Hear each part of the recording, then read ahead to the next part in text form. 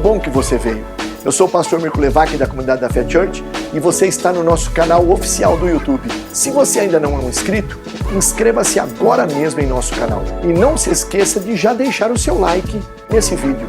Essa mensagem virá de encontro ao seu coração. Então, aumente a sua expectativa e veja tudo o que Deus pode fazer através de você.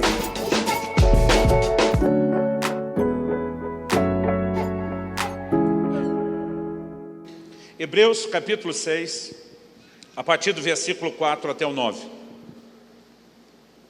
Hebreus 6, a partir do 4, diz assim: é impossível, pois, que aqueles que uma vez foram iluminados e provaram o dom celestial e se tornaram participantes do Espírito Santo e provaram a boa palavra de Deus e os poderes do mundo vindouro e caíram, se é impossível outra vez renová-los para arrependimento, visto que de novo estão crucificando para si mesmos o Filho de Deus e expondo a ignomínia ou desonra pública. 7. Porque a terra que absorve a chuva, que frequentemente cai sobre ela, e produz erva útil para aqueles por quem é também cultivada, recebe bênção da parte de Deus. Mas, se produz espinhos e abrolhos, é rejeitada, perto está da maldição, e o seu fim é ser queimado. Quanto a vós outros, todavia, ó amados, estamos persuadidos das coisas que são melhores e pertencentes à salvação, ainda que falamos dessa maneira. Eu vou ler o versículo 9 de novo, dessa vez na NVI, a Nova Versão Internacional. Amados, mesmo falando dessa forma, estamos convictos de coisas melhores em relação a vocês, coisas próprias da salvação. A versão revisada de Almeida, que eu gosto muito, diz: de vós, ó amados, esperamos coisas melhores e que acompanham a salvação, ainda que assim falamos. Eu quero começar a construção da nossa ideia em cima da declaração explícita aqui do versículo 9 dessa expectativa. De vós, amados, esperamos coisas melhores. Ao que eu e você precisamos entender, há duas maneiras de nós olharmos essa frase. Primeira, aquela leitura generalizada. O que é que Deus está falando para todo crente, para todo cristão, em todo qualquer lugar e época. E depois nós vamos tentar fazer uma leitura mais refinada, porque todo texto tem um contexto. E dentro das regras de interpretação bíblica, a gente tem que se questionar o que foi dito, a quem foi dito, por que foi dito, em qual contexto foi dito. Isso nos ajuda a aprofundar o entendimento. Mas vamos começar pelo aspecto genérico. Deus tem o direito de esperar de cada um de nós o melhor, porque Ele tem feito o melhor por nós. Quando Deus deu Jesus, Ele deu por mim e por você o que Ele tinha de melhor. Romanos 8,32 diz: se Deus não poupou nem mesmo o seu próprio Filho, antes o entregou por amor de nós, a pergunta é: como não nos dará juntamente com Ele todas as coisas? Em outras palavras, Paulo está dizendo: se Deus deu Jesus, que é o que Ele tinha de melhor, Ele faz qualquer loucura por você, crente. Não tem outra coisa que Ele não faça por você. Nós precisamos entender o nível de doação, o nível de entrega daquilo que Deus fez por nós quando enviou Jesus. E precisamos também entender o que é a devida resposta de gratidão aonde isso deveria nos remeter. O apóstolo Paulo diz: o amor de Cristo nos constrange. E diz: julgando nós isso, se um morreu por todos, logo todos morreram. E os que agora vivem não devem mais viver para si, mas para aquele que por eles morreu e ressuscitou. Então tem que haver uma resposta. Eu me lembro que no início de 99, eu assisti um filme que foi produzido em 98. Eu me lembro que a data era 98, porque era o cinquentenário do final da Segunda Guerra. Muitos filmes do gênero foram produzidos, mas esse é um dos clássicos do cinema. Eu não sei quantos viram o filme O Resgate do Soldado Ryan. Quantos já assistiram esse filme? Um dia desse, meu filho me lembrou, falou: pai, o filme foi produzido no ano que eu nasci, não espero que todo mundo tenha assistido. Né? Então, depois de tanto tempo, já não dá para considerar spoiler. Se você viu, eu quero te ajudar a lembrar a história. Se você não viu, eu quero resumir a história para usá-la como ilustração. O filme traz uma história de gratidão. Mas antes de falar da cena com que o filme começa e termina, que revela o cerne da mensagem de gratidão, eu quero que você entenda que a história se desenrola mais ou menos assim. Uma família tinha 4 filhos, todos os 4 filhos foram convocados para servir na guerra. 3 desses 4 filhos morreram. E a família seria notificada da morte dos três no mesmo dia, pelo mesmo telegrama. Então surge uma discussão entre os oficiais, se é justo notificar a família que enviou todos os seus 4 filhos à guerra, que 3 morreram, sem sequer poder dar o consolo de dizer se o quarto está bem. Quem é o 4º filho? O tal do soldado Ryan. Então eles montam uma equipe, um pelotão, vamos chamar uma equipe, com uma missão de localizar e resgatar o soldado Ryan. A gente sabe que a missão vai funcionar, porque a abertura do filme começa com o soldado Ryan, já velho, idoso, rodeado do que parece a mulher, os filhos, os netos. Então, a gente sabe que a missão vai funcionar. No entanto, ao longo do filme, nós vamos descobrindo o preço da missão. Alguns daqueles que saem nessa missão, que eles classificam de suicida, questionam, será justo que por causa de vários de nós tenham que morrer? Um deles chega a ironizar num determinado momento, dizendo, tomara que ele descubra a cura do câncer. Tipo, tem que ser alguém muito importante para valer todo esse sacrifício. Mas tem um momento depois, o soldado Ryan, interpretado pelo Matt Damon, foi localizado. Eles estavam debaixo da liderança do capitão John Miller, interpretado pelo Tom Hanks. Esses dias alguém falou, pastor, que memória. Eu falei, memória nada, eu dei um Google para lembrar a história, porque também não dá para lembrar nome de personagem, de ator e tudo. Mas tem um momento onde eles estão agora em confronto com o inimigo. Eles se escondem atrás de uma ponte de pedra, para quem viu o filme lembra, estão debaixo de fogo cerrado. E o capitão John Miller foi ferido e alvejado e está dando sinais de que não vai sobreviver. Já houve muitas baixas naquela equipe, mas agora era o capitão liderando a equipe. E ele puxa o soldado Ryan para perto de si e ele faz uma declaração, que quando eu estava assistindo o filme, eu esqueci do filme.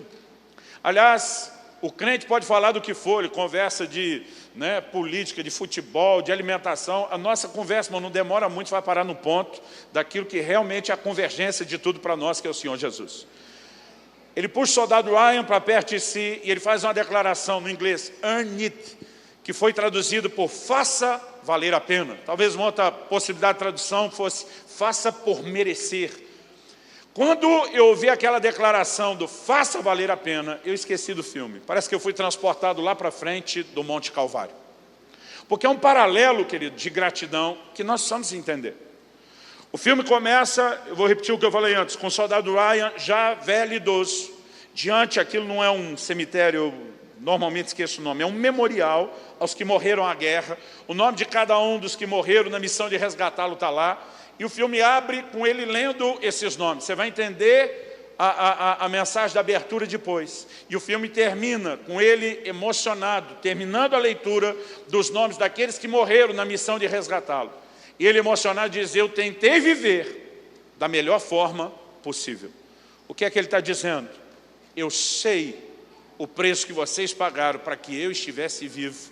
E eu fiz da missão da minha vida honrar o sacrifício de vocês por mim, para que não fosse em vão. Agora, se um ímpio consegue escrever um roteiro desse, outro dirigir um filme desse, uma história de gratidão, de que alguém que tem a consciência que outros deram a sua vida, que ele não pode desperdiçar e viver a vida de qualquer maneira, e que ele tem que honrar o sacrifício, a pergunta é, o que eu e você, entendendo o sacrifício de Cristo, não deveríamos manifestar na nossa caminhada cristã?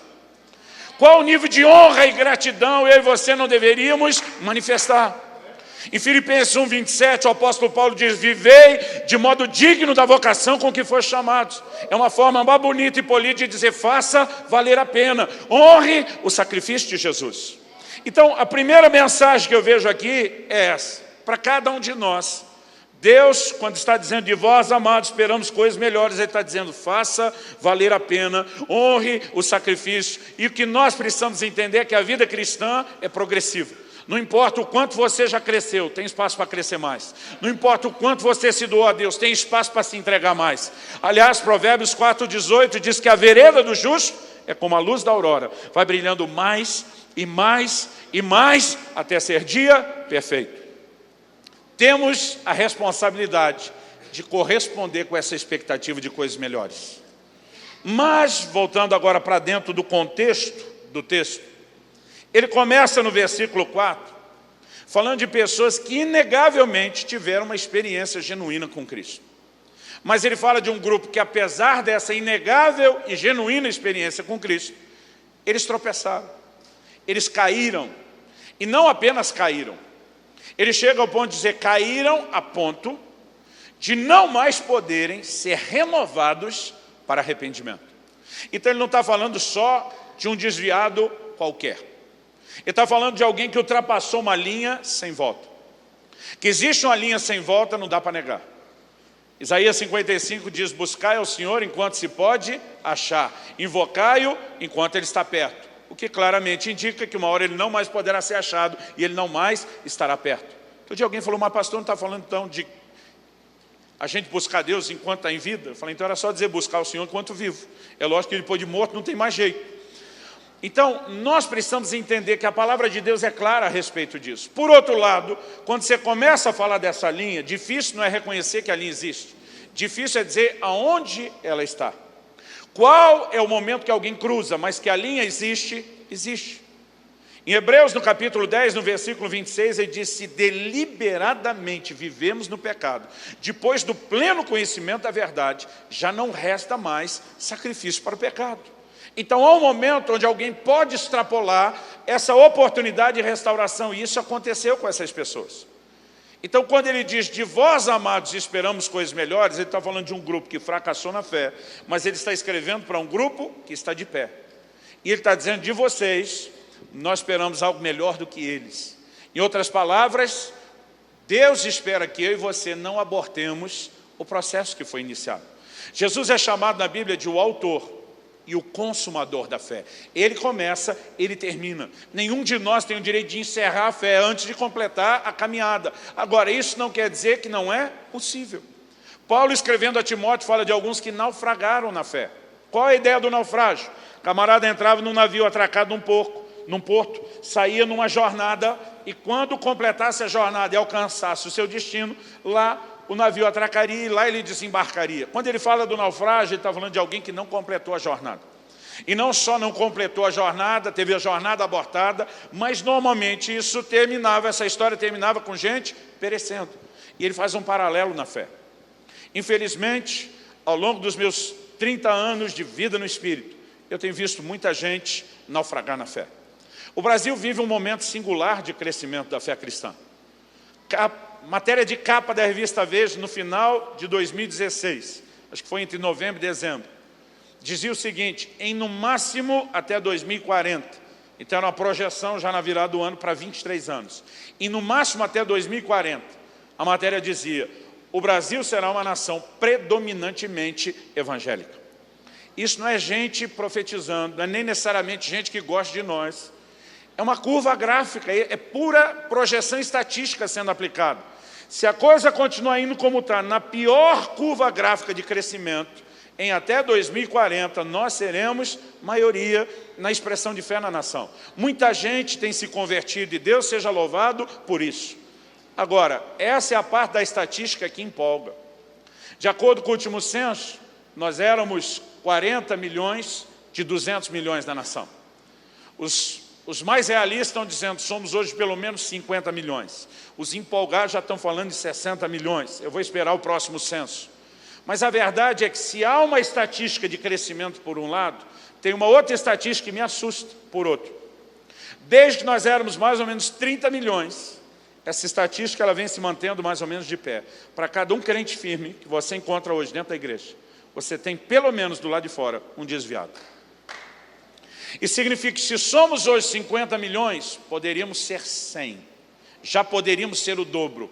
Mas a verdade é que muita gente não está completando a carreira que começou. O que me faz entender que o maior desafio da igreja brasileira não é simplesmente evangelizar, é consolidar esses frutos numa fé permanente. E eu acredito que nós temos que entender isso. Então, quando o autor está dizendo de vocês esperamos coisas melhores, por um lado ele está dizendo vocês não podem interromper a carreira, vocês têm que completá-la. Irmão, eu não sei você, mas eu vivo em função de uma frase. Toda a minha dedicação de vida é em função de uma frase. É a frase que eu vou ouvir da boca do Senhor Jesus quando eu cruzar os portais da glória. Servo bom e fiel, entra no gozo do seu Senhor. Sabe, há algumas coisas que me inspiram. Uma notícia como hoje, de um homem como Billy Graham, que pregou pessoalmente para mais de 3 milhões de pessoas, indiretamente para mais de 215 milhões de pessoas, em 185 dos quase 200 países. Pensa num guerreiro. Mas a parte mais bela da vida dele para mim não foi as realizações ministeriais. A parte mais bela da vida desse homem foi que ele serviu a Deus com honra e terminou a carreira com integridade. Nós precisamos não apenas começar bem, nós precisamos terminar bem. Eu fico no meu coração às vezes gemendo e dizendo: Deus, eu anseio por ver muita gente podendo encerrar a carreira como Paulo, dizendo: eu combati o bom combate, eu completei a carreira e eu guardei a fé, eu não comprometi a fé. Agora, o que será que nos falta como igreja? Que leve as pessoas a ter uma fé que não se comprometa, que não seja abortada, na qual nenhum de nós naufrague, pelo contrário, que a gente termine. Eu acredito que esse texto não apenas diz que Deus espera de nós coisas melhores, mas ele sinaliza quais são essas coisas melhores e o quão importante isso é, para que a gente não termine como esses outros terminaram. Então, eu não quero falar a respeito da pessoa ou da obra do Espírito Santo como se isso fosse importante para um movimento na igreja, como se isso fosse importante para o crescimento do Evangelho. Eu quero te apresentar a relação com o Espírito Santo como algo essencial para a sua sobrevivência. Porque se você não entender isso, a sua própria fé, ela poderá ser comprometida ao longo da caminhada. Então, vamos começar observando esse grupo que caiu. Em primeiro lugar, não estamos falando de um tipo de desviado que eu chamo do desviado comum. O que é o desviado comum, que a maioria de nós conhece? Se tem 50 milhões do lado de dentro, 50 do lado de fora, a maioria de nós deve conhecer pelo menos um. É alguém que, embora caminhasse no meio de nós, no meio dos nossos irmãos, em algum momento talvez se deixou vencer pelo calor da paixão, pecou numa determinada área e depois, envergonhado, com vergonha de Deus e dos irmãos, que às vezes não são tão clementes como Deus, eles se afastaram e foram se esfriando e hoje se encontram distantes. Tem aqueles, a gente brinca que o crente não briga, ele tem excesso de comunhão. Então tem aqueles que deu muito excesso de comunhão, deu, como a gente diz lá no sul, BO, boletim de ocorrência, né? E se magoaram, se feriram, caíram na armadilha da ofensa e também se afastaram. Agora, são pessoas que a qualquer momento podem ser restauradas e nós precisamos crer nisso. Eu gosto, outro dia alguém falou: pastor, eu mencionei esse texto, o senhor está dizendo que nenhum desviado tem voto. Eu falei: nunca falei isso. Tiago 5 diz lá nos versículos 19 e 20, irmãos, se algum de vós se desviar da verdade e um de vocês o converter, sabei que você está salvando da morte uma alma e cobrindo uma multidão de pecados. Então dá para reconverter aquele que se afastou e, obviamente, tem restauração. Lucas 15, eu brinco que é o capítulo do desviado na Bíblia. A palavra de Deus fala da parábola da ovelha perdida, da moeda perdida, do filho perdido, e todos foram restaurados e houve festa pela restauração. Irmãos, eu creio que nos próximos anos um vento de Deus vai soprar sobre a igreja brasileira e muitos desviados vão voltar para a casa de Deus. Na nossa igreja, nós não fazemos mais apelo só para quem quer aceitar Jesus. Todo culto, quem quer aceitar Jesus, quem quer reconciliar. Irmão, pensa na concorrência ali, né, do que está acontecendo, quem que está brigando mais pelo outro para ver quem ganha essa corrida. Então, eu creio que há restauração. Agora, essas pessoas não cruzaram essa linha sem volta, simplesmente porque se esfriaram. Como eu citei Hebreus 10, 26, a Bíblia fala de deliberadamente viver no pecado depois do pleno conhecimento da verdade. O versículo 29 de Hebreus 10, e há todo um contexto na epístola toda, ele diz o seguinte: eles calcaram aos pés o Filho de Deus, profanaram o sangue da aliança com o qual foram santificados e ultrajaram ao Espírito da graça. Então, só para você entender um pano de fundo histórico, debaixo de perseguição, muitos crentes judeus começaram a se retratar da sua fé para serem recebidos de volta no judaísmo. Historiadores dizem que alguns deles vinham a público diante das sinagogas para renegar sua fé em Cristo publicamente, dizer: não creio que Jesus seja o Messias ou o Filho de Deus, não creio que ele foi concebido do Espírito Santo de uma virgem. Havia declarações absurdas, ao ponto de alguns dizerem: não creio que o seu sangue purifique dos pecados mais do que o sangue do sacrifício de um animal qualquer. Eram declarações nesse nível. Agora a pergunta é: como alguém pode chegar a esse ponto? Alguns diriam: nunca tiveram uma experiência com Deus. Eu discordo. Porque discordo, primeiro a Bíblia diz que não era possível renová-los para arrependimento. Renovar significa que arrependeram antes. Não vai dar para conduzir o arrependimento de novo, mas houve arrependimento no começo. Primeira característica. Segundo, o versículo 4 diz que eles foram iluminados. O termo iluminado fala não só da luz de Deus resplandecendo nas trevas da vida de alguém, mas a palavra iluminado no Novo Testamento, ela fala de revelação. Não é gente para quem o evangelho foi mal pregado ou mal explicado. É gente que teve entendimento espiritual. O texto diz que eles provaram o dom celestial, uma clara menção ao novo nascimento. Eu não vou gastar tempo tentando provar que isso fala do novo nascimento, porque a afirmação seguinte exige que eles tenham que ter nascido de novo. A afirmação seguinte diz: se tornaram participantes do Espírito Santo. Em João 14, Jesus, quando diz, eu não vou deixar vocês órfãos, eu vou enviar um Consolador, ele diz, o qual o mundo não conhece e nem o pode receber. Uma pessoa não pode ser participante do Espírito Santo lá do mundo sem a conversão. Ele diz, o mundo não conhece e não pode. Jesus categoricamente diz, não pode receber. Em Romanos 8:9, Paulo diz, se alguém não tem o Espírito de Cristo, esse tal não é dele. Então qual a lógica bíblica? Quem é dele tem o Espírito Santo, quem não tem, não é dele. E se tornaram participantes do Espírito Santo, então eram dele. Agora, além do arrependimento, além de ser iluminado, além de nascer de novo, além de participar do Espírito Santo, o texto diz, provaram a boa palavra de Deus. O verbo aqui traduzido provaram, fala de provar no sentido e na ideia de saborear, como se faz com a comida. A versão espanhola de Reina Valera diz, degustaram a boa palavra de Deus. Então está dizendo de gente que não só o evangelho não foi mal pregado, houve revelação, mas gente que foi instruída, ensinada e teve uma boa dieta na palavra de Deus. Agora, além dessas 5 características, repetindo, arrependimento, foram iluminados, nasceram de novo, se tornaram participantes do Espírito Santo, provaram a boa palavra de Deus. O texto ainda diz, e provaram os poderes do mundo vindouro. Irmão, não era crente meia boca, era gente que viu a manifestação da glória e do poder de Deus. Eu pensava, quase 25 anos atrás, quando comecei a pastorear, que se a gente levasse alguém até essas 5 características, eu pensava, esse crente está garantido. Não tem mais o que pare esse crente. Mas a prova que eu estava equivocado é que esse povo tinha essas 6 características e ainda assim, não só tropeçaram, mas a Bíblia diz, caíram a ponto de não mais poder ser restaurados. Significa que essas 6 coisas não são importantes? Não, não é isso que eu estou dizendo. Elas não só são importantes, eu as classificaria como vitais.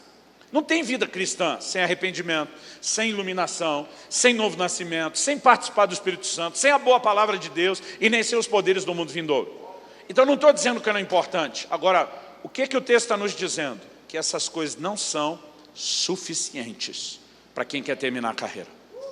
Quando ele diz, de vós, amados, esperamos coisas melhores, está dizendo, essa turma aqui arrependeu, foi iluminada, nasceu de novo, participou do Espírito Santo, provou a boa palavra de Deus, os poderes do mundo vindouro e caíram. Então nós esperamos de vocês mais do que isso.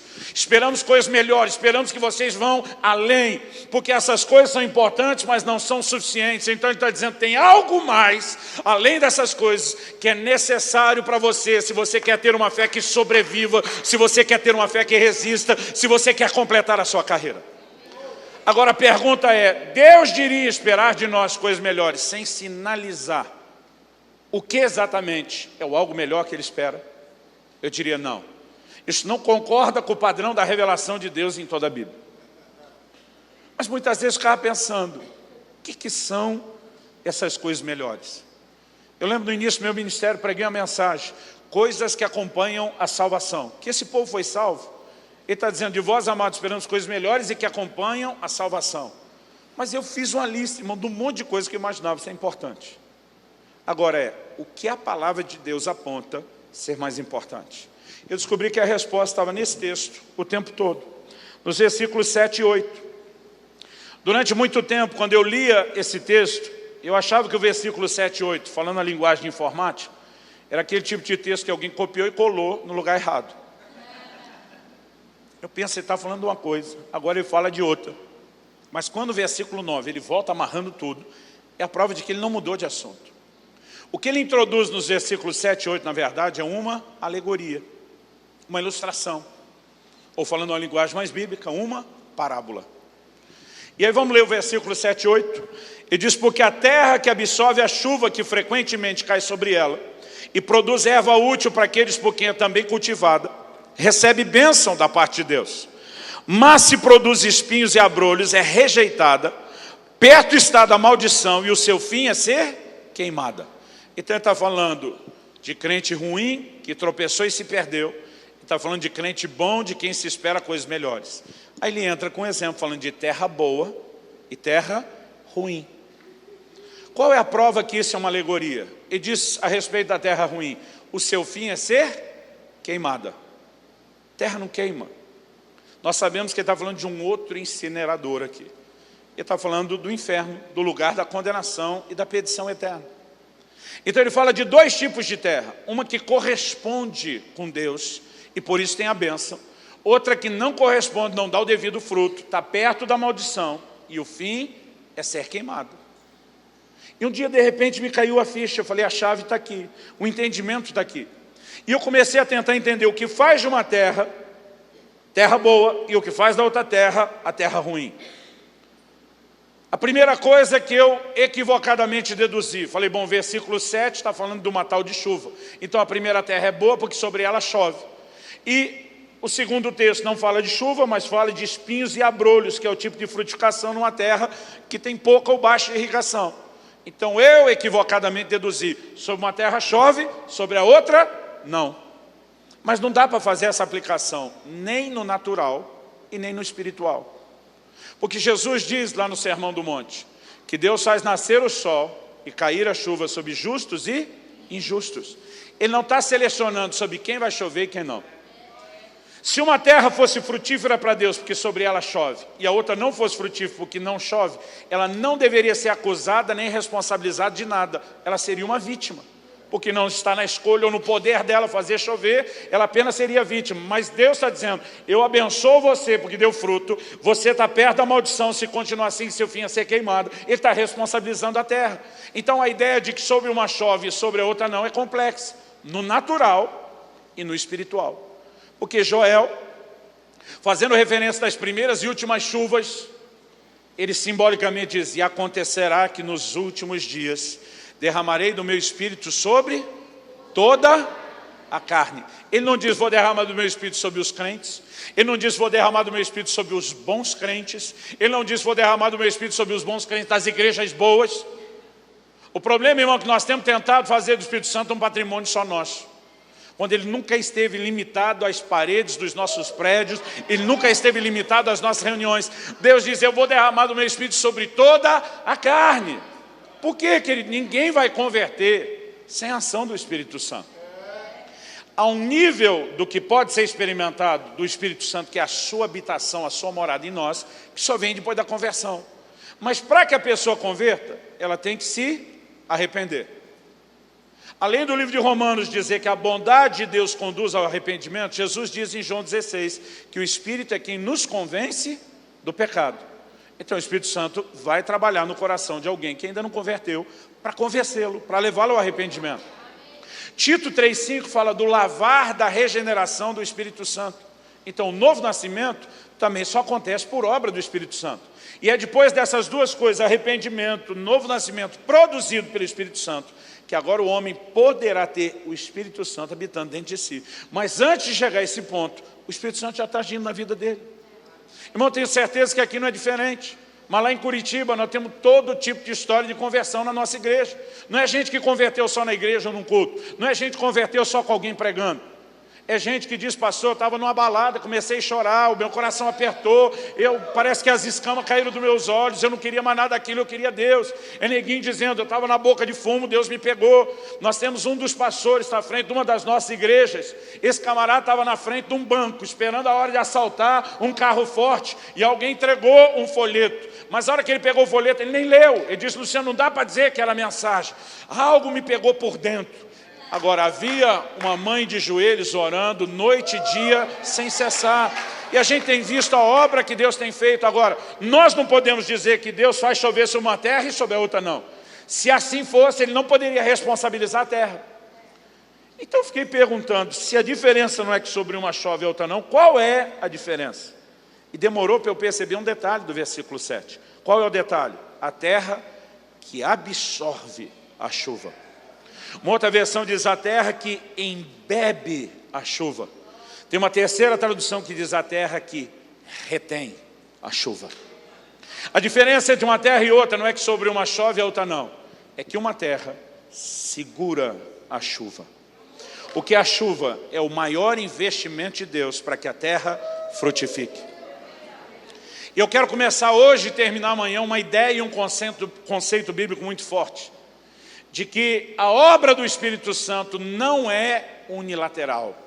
Não adianta Deus fazer com que o Espírito seja derramado e chova sobre nós, se nós não entendemos a importância de corresponder com a chuva que está caindo. Se nós não decidimos reter a chuva, se nós não entendemos que a obra do Espírito pode ser desperdiçada, então nós estamos caminhando em direção a um destino perigoso. Porque alguns apresentam a ideia de que a obra do Espírito Santo é unilateral, é irresistível. Irmão, conversa. Atos capítulo 7, versículo 51, Estevão pregando, ele diz para os judeus dos seus dias: vós sempre resistis ao Espírito Santo. Se o Espírito Santo não pode ser resistido, como é que eles resistiam? Agora, se resistiam, então não basta apenas que o Espírito Santo tente algo. Nós precisamos entender um elemento chave chamado correspondência. E o tema da minha mensagem hoje é correspondendo ao Espírito Santo. Eu quero tentar te ajudar a entender algo importante. Por quê? Quando falamos a respeito do Espírito Santo, nós estamos falando da única segurança, da única garantia que eu e você podemos ter de completar essa carreira. Abre sua Bíblia comigo em Efésios, no capítulo 1, nos versículos 13 e 14. Efésios 1, 13 e 14. Vira para o irmão ao seu lado enquanto você abre e fala para ele: só não esquece aquele presente que vai rolar no final.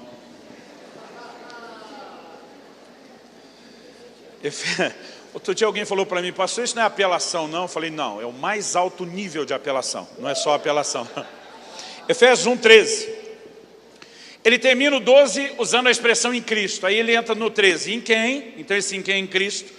Em quem também vós, depois que ouvistes a palavra da verdade, o evangelho da vossa salvação, tendo nele também crido, fostes selados com o Santo Espírito da promessa, o qual é o penhor da nossa herança, até o resgate da sua propriedade, em louvor da sua glória. A palavra penhor já não é tão usada na nossa geração. Então vou ler aqui a NVI, que no versículo 14 diz que o Espírito Santo é a garantia da nossa herança até a redenção daqueles que pertencem a Deus para o louvor da sua glória. Agora, a pergunta a ser feita é: o que é esse selo? O que é essa garantia? Durante muito tempo, as igrejas históricas, tradicionais, baseado nesses próprios versículos 13 e 14, seguia uma lógica. Depois que ouviste a palavra da verdade, tendo nele crido, fostes selados. Então, a tentativa de questionamento dessa definição teológica do selo do Espírito, ela parecia não existir. Quando o crente é selado, depois que ouve a palavra da verdade que crê, então o momento tem um novo nascimento, o Espírito Santo vem habitar nele, foi selado. E durante muitos séculos na história da igreja, essa verdade nunca foi questionada. Até que chegou o movimento pentecostal, na virada do século XIX para o XX. E os pentecostais começaram a dizer: não. Se o crente nascido de novo está selado, por que é que tem tanto crente desviando? Eles disseram: não pode ser só essa experiência do novo nascimento e o Espírito Santo habitando dentro deles. Eles começaram a tentar apresentar uma outra ideia. É o revestimento de poder, é o batismo no Espírito Santo. Tanto que até hoje, nos círculos pentecostais, a gente tem um sinônimo. Às vezes o pregador não pergunta quem foi batizado no Espírito Santo, ele diz quantos já foram selados. Porque a ideia do selo começou a dizer: não é aquilo, é uma outra experiência. Qual foi o problema dos argumentos dos pentecostais? Que não precisou de muitos anos, nem de décadas, para que o argumento deles caísse diante da experiência.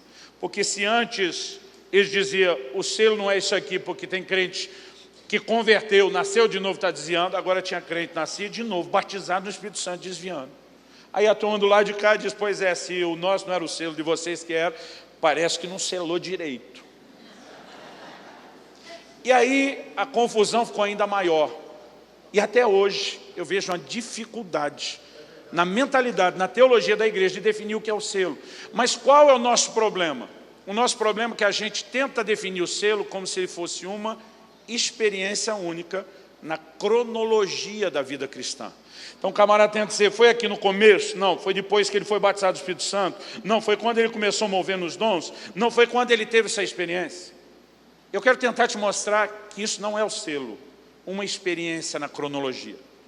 Mas antes de chegar lá, eu vou dar uma volta e contar uma história. Eu já estou avisando que eu vou dar uma volta, para você não achar que eu esqueci. E eu quero que você se mantenha pensando nessa ideia. Hoje é dia 21 de fevereiro. Isso significa que eu já tenho vivido mais ou menos 16.500 dias de vida. Eu vou arredondar aqui só para facilitar as contas. Para você não ter que pensar muito em 45. Que sempre tem uns fazendo a conta. Vamos ver dividido por 365 quanto dá. Então, para facilitar. 16.500 dias de vida. Por que eu estou falando isso? Vamos supor que eu tenha comido, em média, para cada um dia de vida meu, 1 quilo de comida. Uma média generosa. Porque alguns anos atrás já cheguei a pesar quase 50 quilos a mais. Já teve a ocasião de comer quase 1 quilo, era numa refeição. Mas como tem a época que era criança, como tem a época pós-conversão, né, desse tanto de comida, vamos dar uma média generosa e dizer que eu comi 1 quilo de comida por dia. Isso significa que eu já comi pelo menos 16 toneladas e meio de alimento até hoje. Pensa numa máquina consumidora de alimento. Sou eu e você, porque não foi só eu comer. Eu fico tentando imaginar quanto espaço a gente precisaria aqui, né, em largura, comprimento e altura, para estocar 16 toneladas e meio de alimento. Cá entre nós, acho que foi umas 20 ou 25, mas vamos ficar no 16,5. Gente, é muita comida.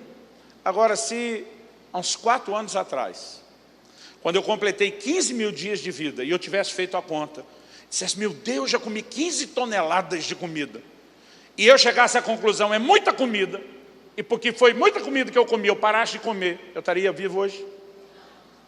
Porque a lógica é simples.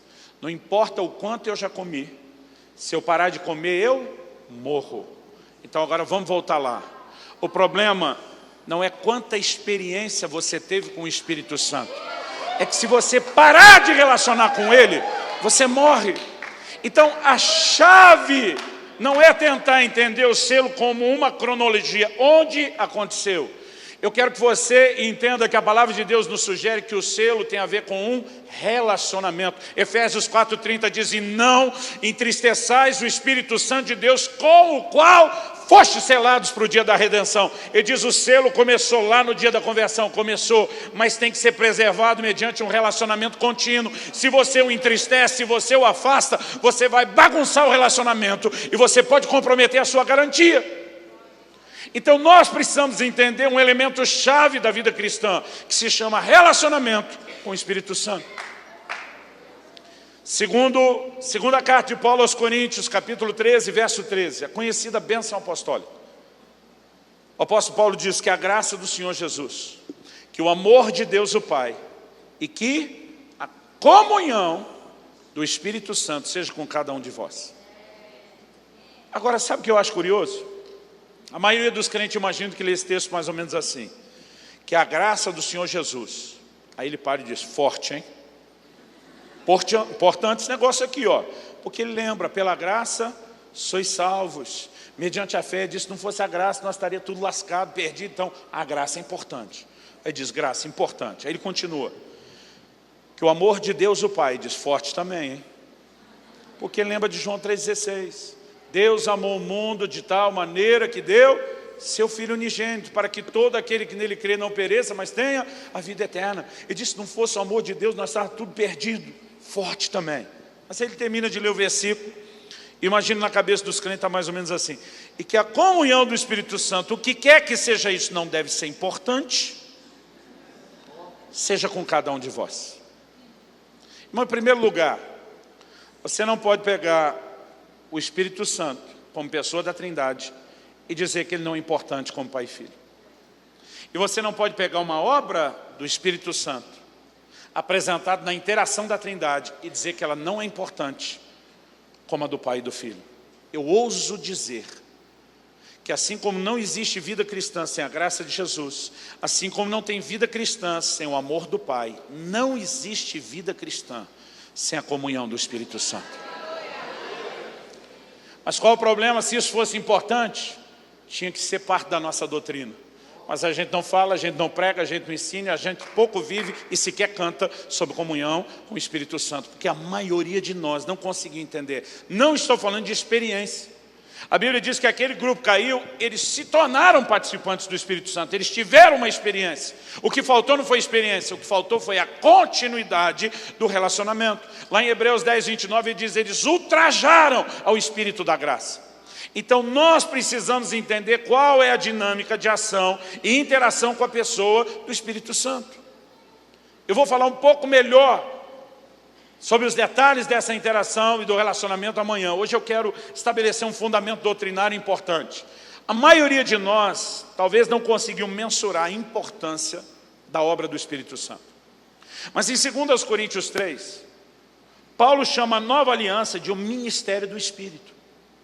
Ou seja, na hora de trocar por um sinônimo o tempo do Novo Testamento, o tempo da fé cristã que nós vivemos, a Bíblia chama de um ministério do Espírito. Preciso dizer mais. Que ele tem um lugar de proeminência nesse tempo que nós estamos vivendo. Se não é a obra do Espírito Santo, alguém se arrepende? Não. Se não é obra do Espírito Santo, alguém vai nascer de novo? Não. Depois de nascer de novo, tem crescimento e transformação sem a obra do Espírito Santo? Não. 2 Coríntios 3,18 diz que Ele nos transforma de glória em glória na imagem do Senhor. Então não tem crescimento nem transformação. Agora, se a gente não entende quem é a pessoa, se a gente não entende a obra, e deixa eu te dizer, a igreja, mesmo a pentecostal e carismática, tem que entender mais do que unção, mais do que dons, mais do que poder. Nós temos que entender essa obra diária do Espírito Santo na nossa vida. Porque o que garante que eu e você vamos terminar a carreira não é se na nossa igreja tem mover, é se na nossa vida, no dia a dia, tem mover. Então, esse entendimento tem nos faltado e a gente está sendo roubado. Então, vamos pensar na importância. O que hoje nós chamamos de cristianismo, para definir a nossa fé. No livro de Atos, você vai ver várias vezes sendo chamado na Bíblia de o caminho. Pastor, por que o senhor está dizendo isso? Está querendo mudar a nomenclatura? Não. Eu quero que você entenda a nomenclatura que eles usavam. Até os de fora se referiam à seita chamada o caminho. Porque eu quero que vocês entendam algo. O próprio Jesus compara a vida cristã e diz que é uma porta e um caminho estreito que conduzem a vida. E divide a vida cristã em 3 partes: porta, caminho e alvo. Porta é a experiência de conversão, quando eu e você entramos em Cristo. Jesus disse, se alguém não nascer de novo, não pode entrar no reino de Deus. Tem um momento onde se entra, tem uma porta, tem uma hora onde a história começa. Mas a experiência de passar pela porta é instantânea. O dia que completarmos a carreira, vamos alcançar o alvo. Ela também será uma experiência imediata e instantânea. Tudo que sobrou entre o dia que você começou até o dia que você termina, é o caminho. Aí você vai entender a linguagem, a terminologia bíblica. Paulo escreve aos Efésios, quanto à maneira por que deveis andar. Ele compara a vida cristã a uma caminhada. Paulo diz, eu encerrei a carreira, o caminho. O livro de Hebreus diz que nós temos que correr com perseverança a carreira que nos está proposta. A ideia de caminho era muito forte em todos os ensinos. E se a gente não pensar nisso, nós não vamos entender a profecia de Isaías. Isaías 31, 21, o Senhor diz, haverá diante de vocês um caminho santo. Mas Deus não prometeu só o caminho. Ele também disse, enquanto vocês andarem pelo caminho, haverá atrás de vocês uma voz dizendo, esse é o caminho, ande nele. E aqui nós temos uma chave. Deus nunca prometeu para nós só o caminho, Ele nos prometeu um guia. Romanos 8,14 diz que os que são guiados pelo Espírito de Deus são filhos de Deus. A palavra ali traduzida guiado, no original grego, de vez em quando alguém me pergunta, pastor, onde o senhor estudou as línguas originais? Eu digo, estudei nada. Tem um aplicativo no meu tablet, que eu boto o dedinho na palavra ali, ele puxa toda a cola de quem estudou. Às vezes, para só erudito, a gente diz, de acordo com o léxico da concordância do Dr. Strong, que é a nossa fonte de cola.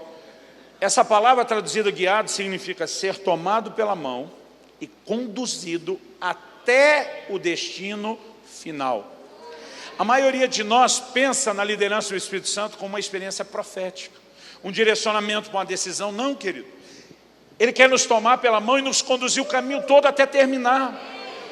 Quando eu tinha 7 anos de idade e me matriculei, o meu pai me matriculou no que na época a gente chamava da primeira série, hoje acho que já é o 2º ano, mudou a nomenclatura. Gente, eu fui estudar numa escola que era bem mais longe do que a que eu estava acostumado. Era um caminho diferente, eram outros amigos. No dia de sair para o primeiro dia de aula, eu estava apavorado. E eu lembro que meu pai me pegou pela mão em casa. Ele andou comigo aquele mais de 1 quilômetro e pouco, até a escola, de mão dada. Ele não só chegou na escola, que eu ainda não tinha ido, não sabia onde era. Ele achou qual era a minha classe. Ele me botou na fila, na porta da minha classe. Naquela época a gente cantava um hino antes de entrar. O engraçado é que outro dia um moleque falou, que hino? Quase que eu falei, o hino do Corinthians. É uma época que a gente valorizava o hino nacional ainda, né? Aí meu pai disse, você vai ficar aqui, vocês vão cantar o hino. Me ensinou como é que tinha que fazer para cantar o hino, fazer que estava cantando enquanto não aprendia. E ele falou, e você segue aquela professora para dentro da classe. Irmão, pensa numa coisa que me tranquilizou. Essa imagem, ela é forte na minha cabeça, na minha memória, nas minhas emoções. E a imagem que eu penso, quando a Bíblia diz sobre ser tomado pela mão, eu imagino eu saindo de casa com o papai segurando minha mão e ser conduzido até o destino final. Esse é o papel do Espírito Santo na minha e na sua vida. E se a gente examinar a palavra de Deus com mais clareza, nós vamos ver o quanto os apóstolos davam valor a logo que alguém se convertia, introduzi-los rapidamente numa experiência com o Espírito Santo. Atos capítulo 8, o evangelho é pregado em Samaria por Filipe.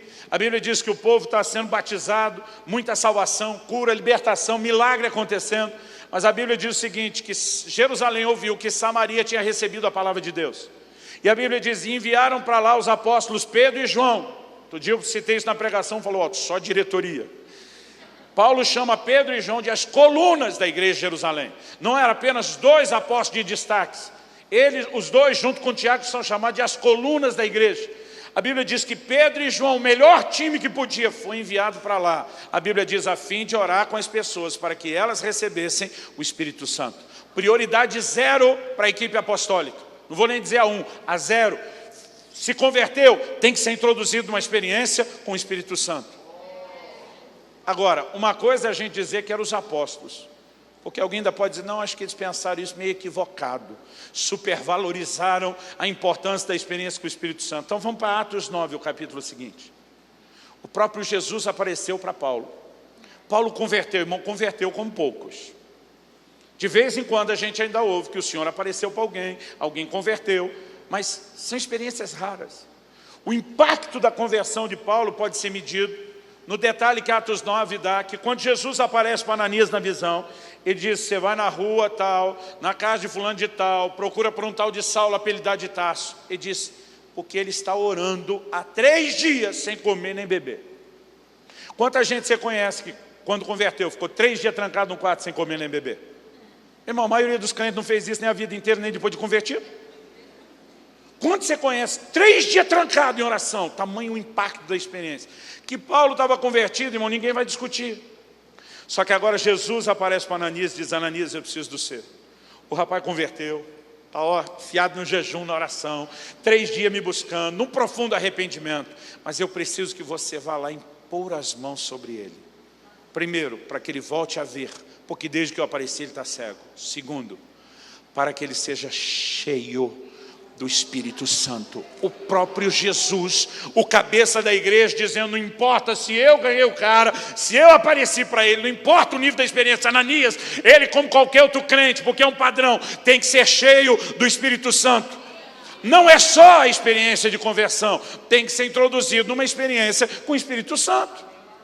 Vamos para Atos 19. O apóstolo Paulo chega na cidade de Éfeso, encontra um grupo de pessoas que se intitulam discípulos. Primeira pergunta do checklist. Primeira, isso tem que revelar algo para nós. Recebestes vós o Espírito Santo quando crestes? Ele não perguntou, vocês creram? Ele não perguntou, vocês foram batizados? Falaram direitinho de Jesus e disse, recebestes o Espírito Santo quando crestes? Os caras do lado de cá. Viram para Paulo, qual a resposta deles? Atos 19. Nós sequer ouvimos falar que exista Espírito Santo. Eles estão dizendo, não, nós não recebemos o Espírito, a gente não sabe o que é, ninguém nunca apresentou, ninguém nunca falou disso. Eu imagino Paulo do lado de cá, com o queixo caído.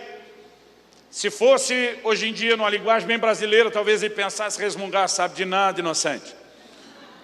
Ele diz, gente, no que é que vocês foram batizados? Olha a pergunta de Paulo. No que vocês foram batizados? O que é que está por trás da pergunta dele? Eu não reconheço um evangelho que levaria vocês a Jesus e não apresentaria a pessoa do Espírito Santo. Me explica no que vocês foram batizados, que não está fazendo sentido. Aí os caras do lado de cá dizem, não, nós fomos batizados no batismo de João. Aí acho que é a hora que Paulo definitivamente pensaria, sabe de nada, inocente. Aí diz, João veio batizando, um batismo de arrependimento, anunciando aquele que viria. Aquele que ele anunciou que viria já veio. Já instituiu o seu batismo não só com água. O próprio João disse, ele vos batizará com o Espírito Santo. E diz, gente, vocês estão por fora, vocês estão desatualizados, vamos começar tudo de novo. Pega os caras, afunda eles em nome do Senhor Jesus. E a Bíblia diz, quando tira da água, todos foram cheios do Espírito Santo. Ele diz, agora é evangelho sendo pregado e evangelho sendo vivido. Agora a igreja subtraiu a experiência com o Espírito Santo depois do momento da conversão.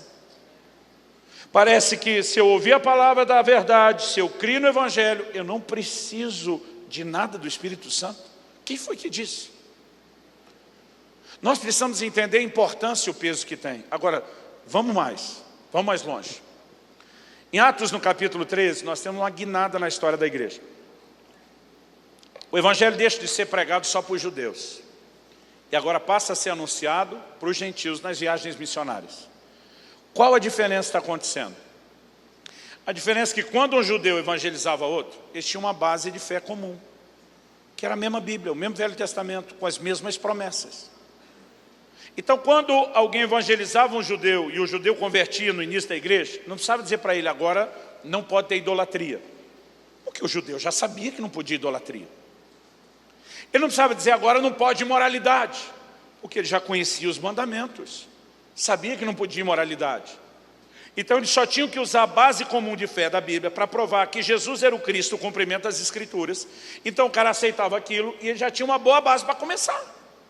Agora, quando eles vão evangelizar no meio dos gentios, os chamados povos pagãos, irmão, pensa no desafio. Deixa eu tentar dar uma ilustração atual. Falar de Jesus para um brasileiro é relativamente fácil, porque nós somos uma nação de cultura cristã. A maioria das pessoas já ouviu falar em Deus e diabo, céu, inferno, anjo, demônio, certo e errado. A maioria dos brasileiros, se não crê que a Bíblia é a palavra de Deus, no mínimo vai considerar a ideia de que ela contenha. E está aberto a uma conversa. Agora, eu já estive pregando na Índia alguns anos atrás, e vou daqui a alguns meses. Você chega para um hindu na Índia e diz, eu vim te pregar a palavra de Deus. Ele olha para você e diz, que Deus? Eles creem em milhões de deuses. Você diz, não, o Deus vivo verdadeiro. Diz, não, quem diz que tem um só? Não existe nenhuma base comum para você dizer, essa é a revelação de Deus, esse é o padrão de Deus estabelecido.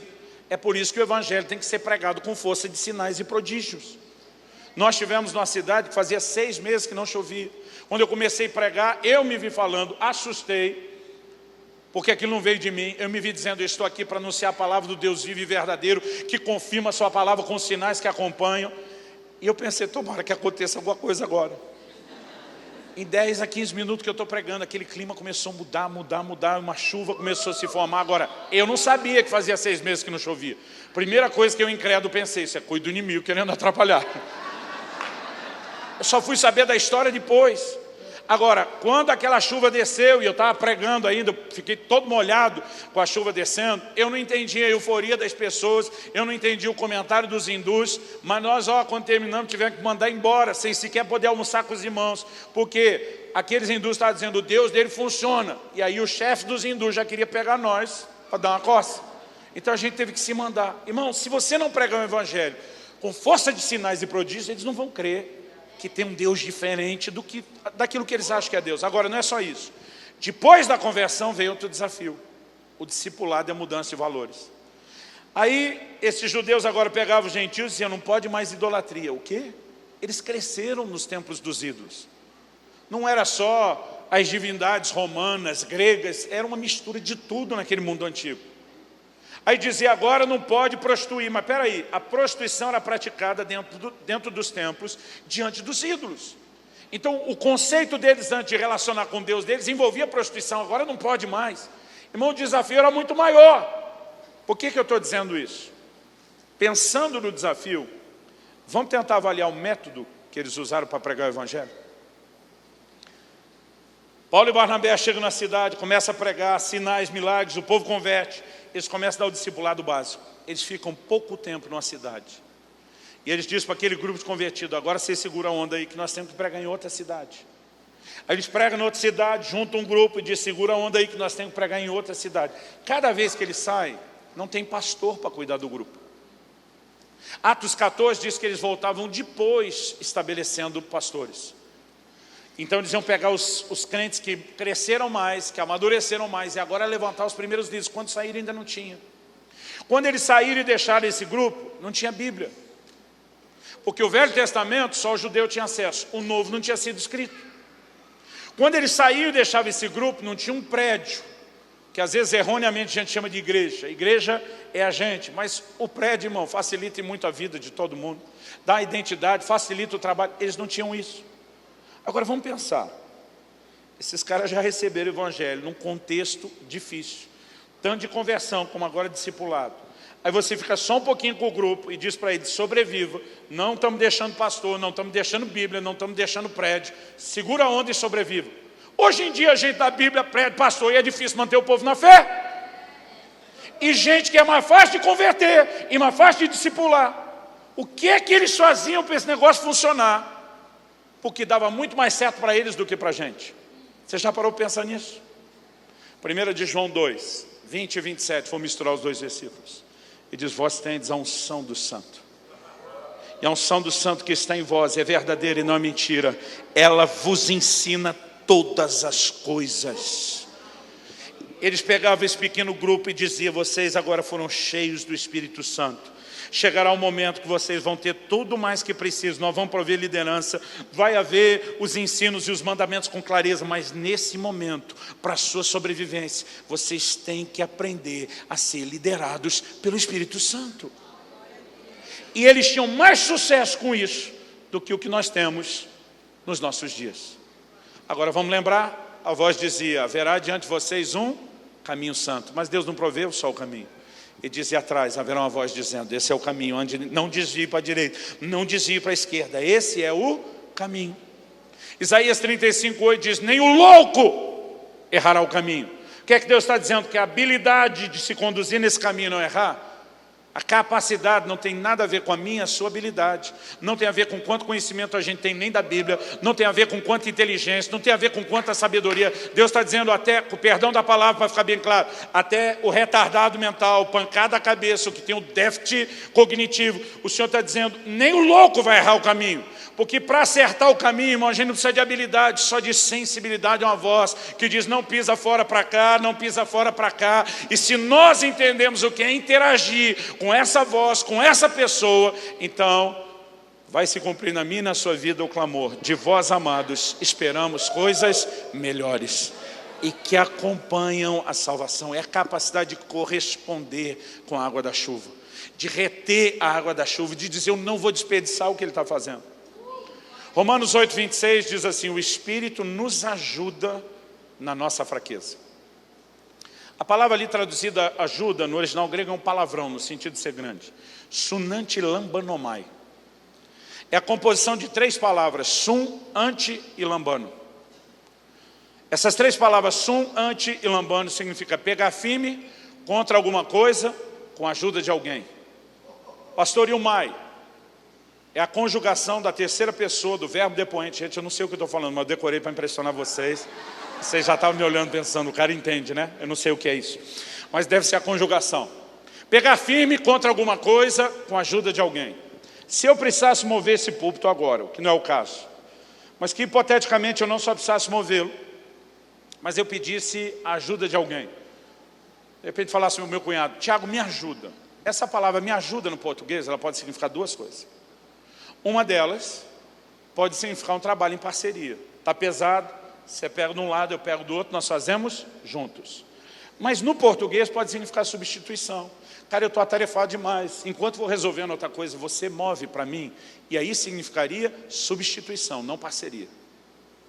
A palavra usada, sunanti lambanomai, que é pegar firme contra alguma coisa com a ajuda de alguém, que Paulo usa, ele está dizendo que o Espírito Santo pega firme, junto conosco, contra alguma coisa. Essa palavra significava pegar a outra ponta do peso.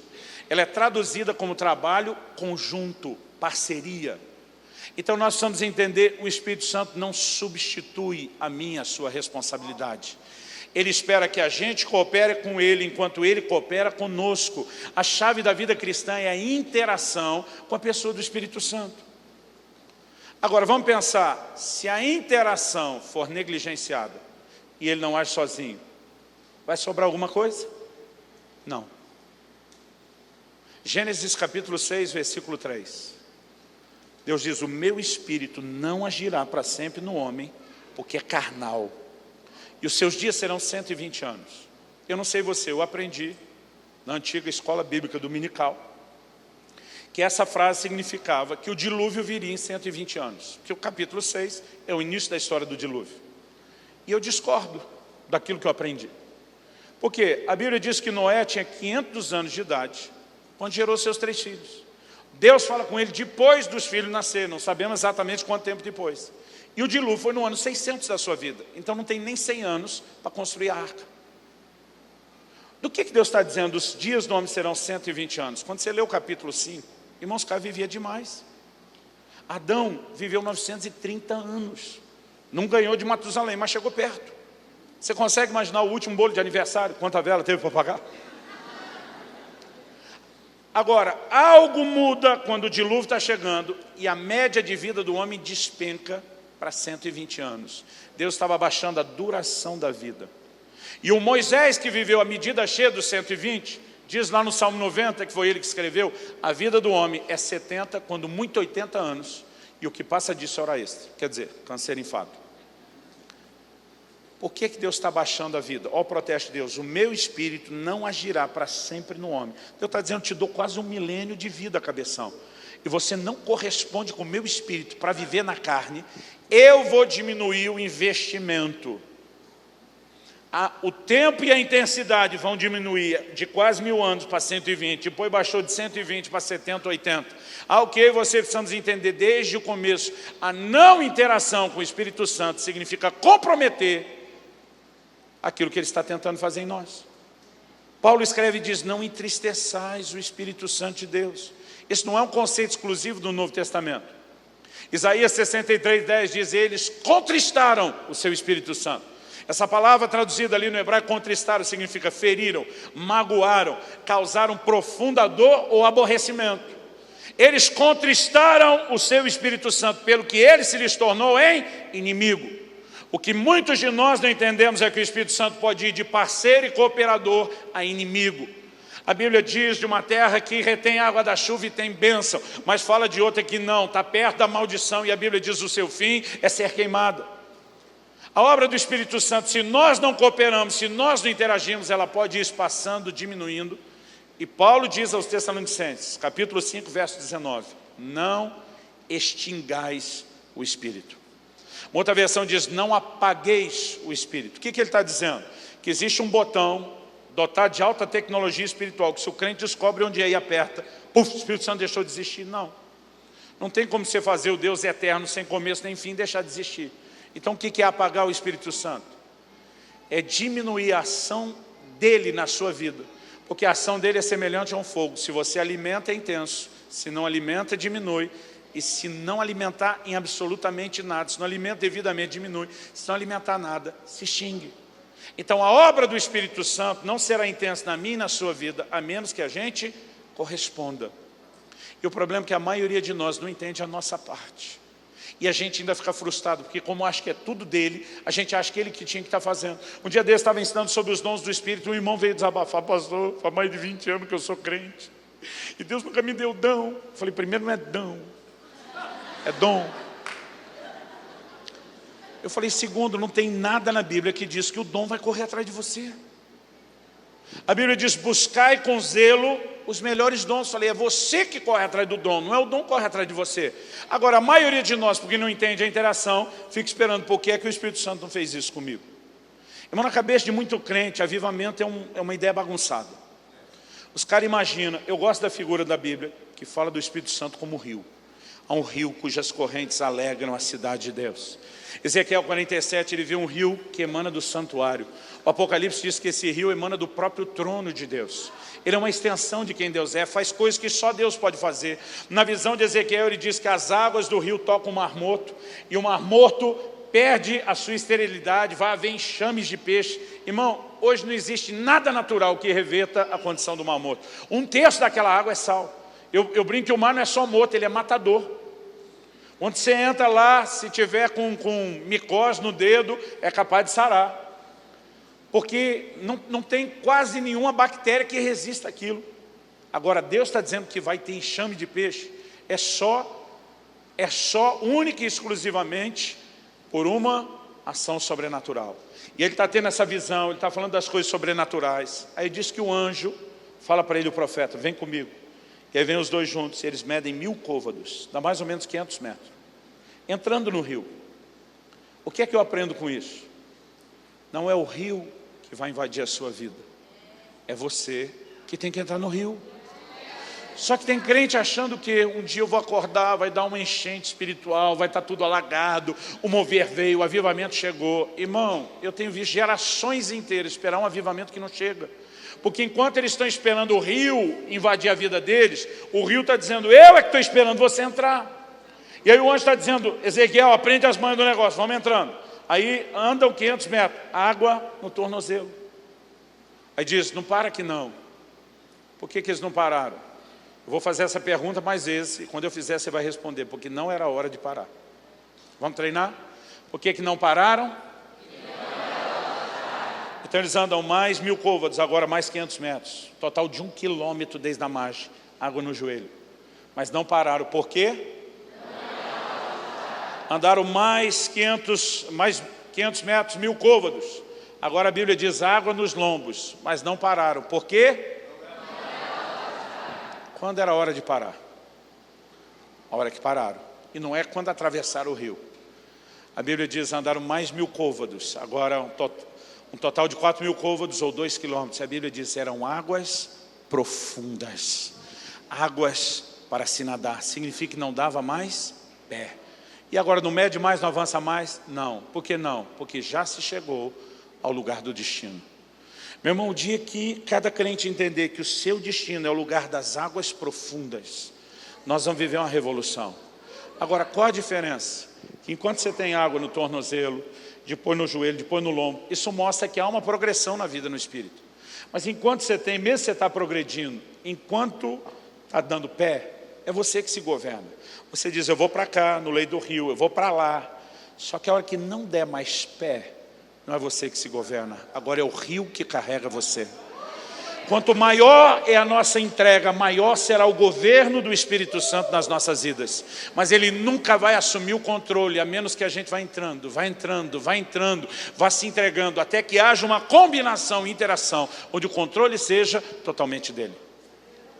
Mas nós estamos esperando uma coisa acontecer por si, que não vai acontecer sozinha. Alguns anos atrás eu estava ensinando sobre isso, uma pessoa falou, pastor, lê esse livro. O cara fala quase a mesma coisa que você, de um jeito diferente. Eu lembro que eu olhei, me chamou a atenção o título.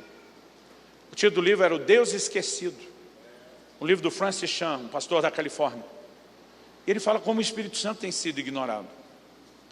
E tinha uma frase na contracapa do livro que já valia o livro. Ele diz o seguinte, o autor escrevendo, se eu fosse Satanás, e meu objetivo final fosse frustrar os propósitos de Deus e o seu reino, uma das minhas principais estratégias seria levar os frequentadores de igreja a ignorar o Espírito Santo. Se ele é essa chave, não faz sentido que talvez uma das maiores estratégias do diabo seja roubar da igreja o entendimento de como usar a chave. Quando eu li isso eu pensei, pois se eu fosse o diabo, e eu quero deixar claro que eu não sou. Pois se eu fosse o diabo, eu acho que eu faria a mesma coisa. Porque nós estamos falando de algo central. Aí um dia eu estou ensinando sobre isso, alguém falou para mim, acho que o senhor está supervalorizando o Espírito Santo. Falei para ele, aprendi com Jesus. Em Mateus 12, 31 e 32, Jesus diz o seguinte: se algum de vocês blasfemar contra mim, o Filho do Homem, ele diz, eu resolvo a bronca, eu seguro a onda para você, a gente se acerta. E diz, mas se blasfemar contra o Espírito Santo, não haverá perdão para você, nem nesse mundo e nem no vindouro. Ele não está querendo dizer, olha, eu sou menos importante, então passa. O Espírito Santo é mais importante. Porque se por um lado nós não podemos diminuir o Espírito Santo em relação ao Pai e Filho, também não podemos ampliar a posição e o valor que ele tem, porque eles são um. O que é que Jesus está dizendo? Se você blasfema contra mim, o Espírito Santo ainda está trabalhando no seu coração para que você se arrependa. Tem conserto através do Espírito Santo. Mas se você blasfema contra ele, você estancou o único canal que poderia gerar conserto. E aí lascou tudo. O que é que Jesus está dizendo? Que não há nada tão sério, tão sublime, importante, para que a gente se conserve no caminho, tanto com a liderança, como o convencimento, como o Espírito Santo. Agora, se eu me posiciono contra ele, qual é a consequência? Eu estou comprometendo todo o plano e todo o propósito de Deus. Quando o autor de Hebreus diz, de vós, amados, esperamos coisas melhores. Ele está falando que nós temos que corresponder ao Espírito Santo. Quem está entendendo, diga amém. Quem me dá mais 5 minutos? 5, 10, 15. Essa sempre dá certo. Vocês aguentam um pouquinho mais? Eu já dividi em 2 partes, mas mesmo assim, é um assunto que valia umas 4, 5 noites. Então vamos tentar fazer valer um pouquinho aqui.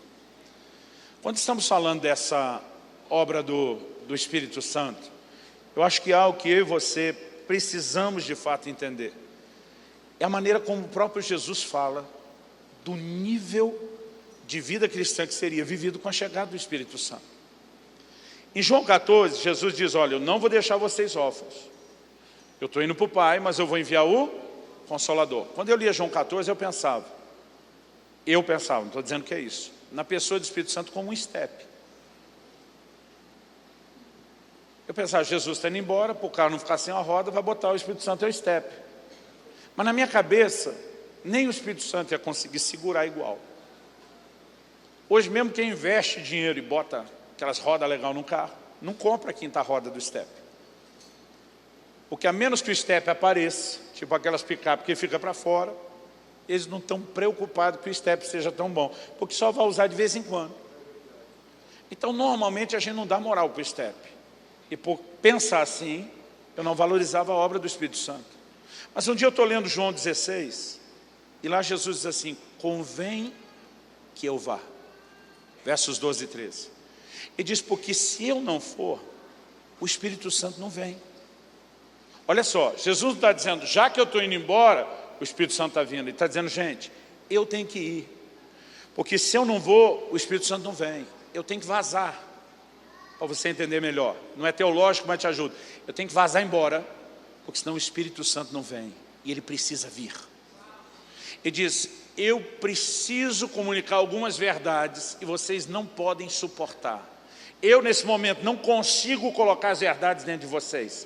Vocês não têm estrutura e eu não tenho as ferramentas para fazer como deveria. Mas quando vier o Espírito da verdade, Ele vos guiará toda a verdade. Jesus não está dizendo que o Espírito Santo ia só manter o nível. Ele estava dizendo, Ele vai subir a coisa a um outro patamar. Haverá um nível de compreensão, haverá um nível de revelação, haverá um nível de comunicação das verdades que nem eu, pessoalmente, consigo fazer com vocês. Quando você olha por esse prisma, muda tudo. Eu lembro de um dia alguém falou, eu queria ter vivido nos dias de Jesus, poder andar perto dele, tocar nele. Eu falei, irmão, qualquer um de nós queria. Só não fale isso como se o que nós temos hoje fosse inferior ao que os apóstolos tinham naqueles dias. Porque o que nós temos é algo extraordinário. Nós só precisamos entender o que é. Entender como relacionar.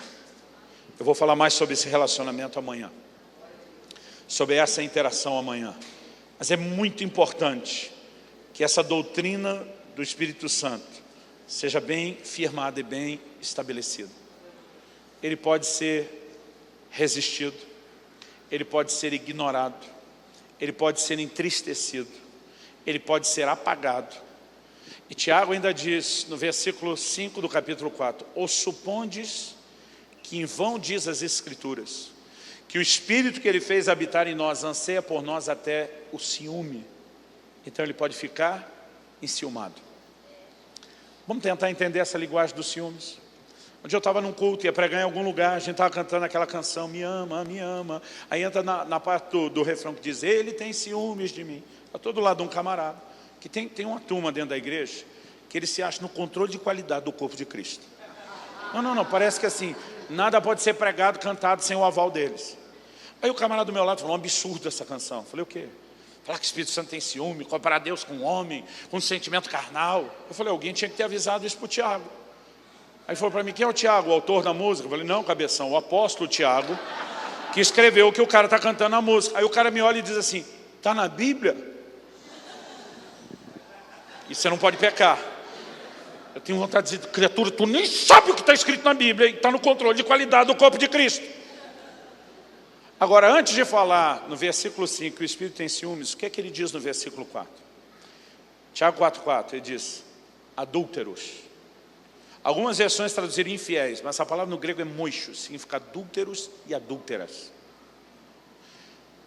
Por que ele está usando o termo adúltero? Vamos lembrar de algo importante. A Bíblia apresenta de um lado a pessoa de Jesus como noivo, de outro a igreja como a noiva, e apresenta a relação de igreja e Jesus como uma relação romântica de um homem e de uma mulher. Não só uma relação romântica, uma relação de compromisso, visando o casamento. Aí diz assim, adúlteros, não sabeis que a amizade do mundo, ele coloca a figura do mundo como a ponta de um triângulo amoroso. Não sabeis que a amizade do mundo, quando você começa a ter olhos para o mundo, flertar com o mundo, é inimizade contra Deus. Depois dele dizer do crente que deixou de focar em Jesus e está se misturando com as coisas do mundo, ele pergunta, ou supondes que em vão diz as Escrituras, que o Espírito que Ele fez habitar em vós, anseia por vós até os ciúmes. Quem é o responsável por preparar uma igreja pura, sem mancha, nem ruga, nem qualquer coisa semelhante, mas santa e irrepreensível? O Espírito Santo. É a missão dele entregar essa noiva, essa igreja, para o noivo. E quando ele percebe que essa noiva, que é a missão dele entregar pura, santa e imaculada, está flertando com o mundo, o protesto da Bíblia é adúltero, está dizendo que você nem casou, você tem um compromisso aqui e já está virando os olhos para outro. A Bíblia diz que o Espírito Santo fica enciumado. Há diversas terminologias para falar de como nós podemos atrapalhar ou prejudicar o trabalho dele. Entristecê-lo, enciumá-lo, resisti-lo, ignorá-lo. Hebreus 10, 29, ultrajá-lo. E o pior de todos, apagá-lo. Se nós não entendemos a importância, não de ter uma experiência, não de achar que o selo foi uma coisa que aconteceu na conversão, no batismo, mas se nós não entendemos que é o dia a dia não entristecê-lo, nós jamais vamos viver os recursos que Deus disponibilizou para que a vida cristã de fato seja vivida. Então nós temos que repensar doutrinariamente o que é o relacionamento com o Espírito Santo e ao mesmo tempo também entender isso na prática. Tenho certeza que através dessa mensagem você pôde experimentar um pouco daquilo que nós temos vivido aqui na Comunidade da Fé. Por isso, não se limite apenas em ficar do outro lado da tela. Não importa se você está longe ou perto, nós estamos com os braços abertos para te receber. Comunidade da Fé, um lugar para você amar e ser amado.